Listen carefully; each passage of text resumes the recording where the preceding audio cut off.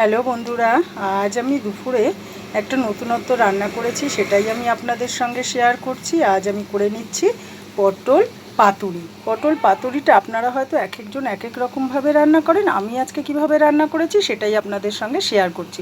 আমি কড়াইতে দেখুন পেঁয়াজ আর কাঁচা লঙ্কাটাকে বেশ ভালো করে ভেজে ফেলেছি। এরপর আমি দিয়ে দেব চেরা সরু সরু করে আমি পটলগুলোকে চিড়ে নিয়েছি। একদম দেখুন একটা পটলকে আমি 4 টুকরো করেছি।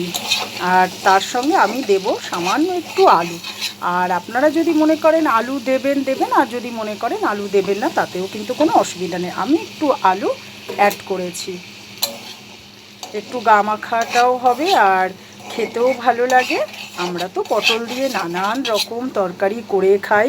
এটা আমি একটু নতুনত্ব ধরনের রান্নাটা করেছি, আপনাদের সঙ্গে শেয়ার করছি। দেখুন আর রান্নাটা।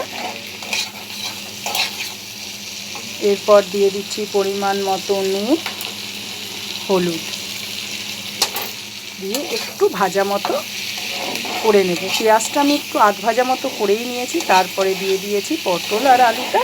এটা দিয়ে আমি একটুখানি ভালো করে কষিয়ে নেব। কষতে কষতেই সুন্দরভাবে ভাজা হয়ে যাবে। তারপরে আমি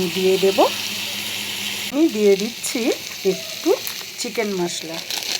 আমি অল্প করে একটু চিকেন মশলা দিয়ে দিলাম। আমি কিন্তু কোনো জিরে, ধনে, গোলমরিচ গুঁড়ো এগুলো কিছুই অ্যাড করব না। চিকেন মশলাটা দিয়ে আবারও একটু নেড়ে চেড়ে একটু সময় দেব কষতে। দেখুন আমি খুব ভালো করে কষিয়ে ফেলেছি আর কত সুন্দর লাগছে দেখতে দেখুন। আর এইবার আমি দিয়ে দিচ্ছি সামান্য একটু গরম জল। গরম জলটা দিয়ে আমি একটু ঢেকে দেব।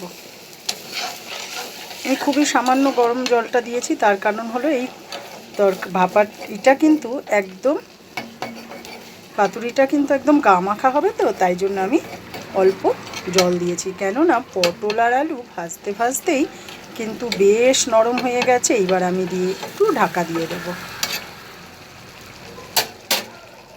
এসে দিয়ে দিয়েছি একটু মিষ্টি, আর মিষ্টিটা দিয়ে নেড়ে চেড়ে দেখুন কত সুন্দরভাবে পাতুরিটা তৈরি হয়ে গেছে। একদম গামাখা মতো করে। এটা কিন্তু রুটি বলুন, ভাত বলুন, সব কিছুর সঙ্গেই খাওয়া যায়।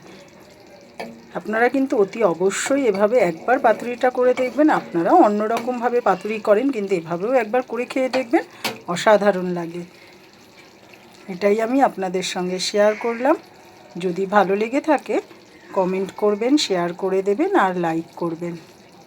আপনারা সব সময় পাশে থাকবেন, আমি আপনাদের সব সময় পাশে থাকব।